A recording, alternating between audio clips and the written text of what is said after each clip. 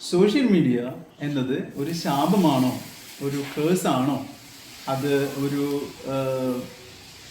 എന്ന് പറഞ്ഞാൽ നമുക്ക് ഉപയോഗശൂന്യമാണോ എന്നുള്ളതിനെ കുറിച്ചാണ് ഇന്ന് പാർട്ട് 2-ൽ നമ്മൾ പ്രതിപാദിക്കുന്നത്.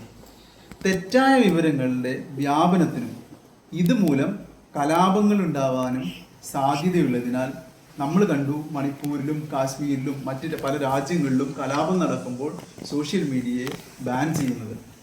അപ്പോൾ അതുകൊണ്ട് ഈ സോഷ്യൽ മീഡിയ ഇന്നത്തെ കാലത്ത് വളരെയധികം മിസ്യൂസ് ചെയ്യപ്പെടുന്ന ഒരവസ്ഥയിലാണ്.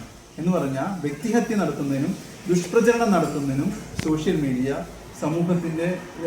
നടത്തുന്ന സോഷ്യൽ മീഡിയ സമൂഹത്തിൻ്റെ മൂല്യച്യുതിക്ക് കാരണമായിട്ടുണ്ട്.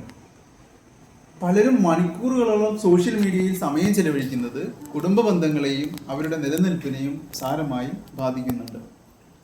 നേരിട്ടുള്ള സംവേദനം ഇല്ലാതെയാവുകയും ഇത് സമൂഹത്തിൻ്റെ നിലനിൽപ്പിന് ഭീഷണിയായി മാറുകയും ചെയ്യുന്നതാണ് നാം ഇന്ന് കണ്ടുകൊണ്ടിരിക്കുന്നത്.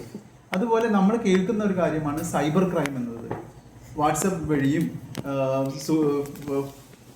ഫേസ്ബുക്ക് വഴിയും എല്ലാം നടക്കുന്ന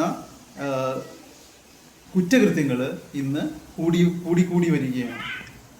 അതുകൊണ്ട് സൈബർ ക്രൈമിൻ്റെ വ്യാപനത്തിന് ഈ സോഷ്യൽ മീഡിയ ഒരു കാരണമായിട്ടുണ്ട്. ഹാക്ക് ചെയ്യപ്പെടുന്നു, സ്വകാര്യത നഷ്ടപ്പെടുന്നു, കളവ് പോകുന്നു. ഇത്രയും കാര്യങ്ങളെല്ലാം സോഷ്യൽ മീഡിയ കാരണം ഇന്ന് സമൂഹത്തെ വളരെയധികം ബാധിച്ചുകൊണ്ടിരിക്കുകയാണ്. അതുപോലെ ആർട്ടിഫിഷ്യൽ ഇൻ്റലിജൻസിൻ്റെ ദുരുപയോഗം കുട്ടികൾക്കും സ്ത്രീകൾക്കും എല്ലാം വളരെയധികം ഒരു ഭീഷണിയായി മാറിക്കൊണ്ടിരിക്കുന്നു. അതുകൊണ്ട് എല്ലാ കണ്ടുപിടുത്തങ്ങളും ഗുണകരമെങ്കിലും അവയുടെ ദുരുപയോഗം വർദ്ധിച്ചു വരുന്നതിനാൽ കുട്ടികളുടെ കണ്ണുകൾക്കും അതുപോലെ കുട്ടികളുടെ കോൺസെൻട്രേഷൻ കുറവ് അങ്ങനെയുള്ള പ്രശ്നങ്ങളിലേക്കും എല്ലാം ഇതിൻ്റെ കൂടുതലായുള്ള ഉപയോഗം നയിക്കുന്നു എന്നതിനാലും മുതിർന്നവർക്ക് ഡിപ്രഷൻ അഥവാ നിരാശ രോഗമുണ്ടാകുന്ന ഒരു അവസ്ഥയിലേക്കും ഇത് നയിക്കുന്നു എന്നതിനാൽ ഇവയെക്കുറിച്ച് വ്യക്തമായ അവബോധം സൃഷ്ടിക്കേണ്ടത് അത്യാവശ്യ കാര്യമാണ്.